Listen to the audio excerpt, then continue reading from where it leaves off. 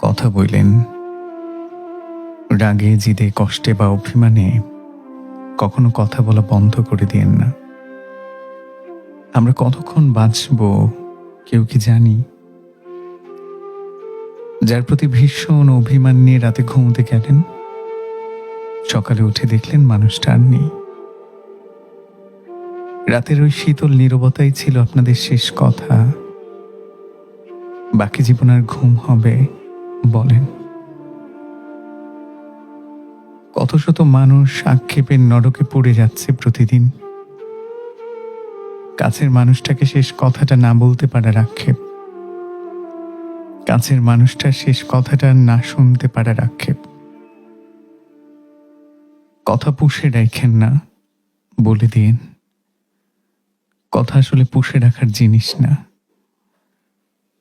ওরা তো বনো হাঁসের মতো। ওদের স্বচ্ছ জলে সাঁতরে বেড়ানোর কথা। অভিমানের ব্যারিকেডে আটকে গিয়ে বুকের ভেতর বন্দি থাকলে ওরা বাঁচে না। ঠোঁটের খামে করে কথাদেরকে তার প্রাপকের কাছে পৌঁছে দিন। এই মুহূর্তে, এক্ষুনি। একটাবার দেরি হয়ে গেলে দেখবেন চিঠিটাই রয়ে গেছে, ঠিকানাটা আর নেই। এই চিঠি রাখা যায় না, ফেলেও দেওয়া যায় না, পৌঁছে দেওয়া যায় না। পুরো একটা জীবন বুক পকেটে ঠিকানাবিহীন চিঠির ভার বয়ে বেড়ানো বড্ড যন্ত্রণার,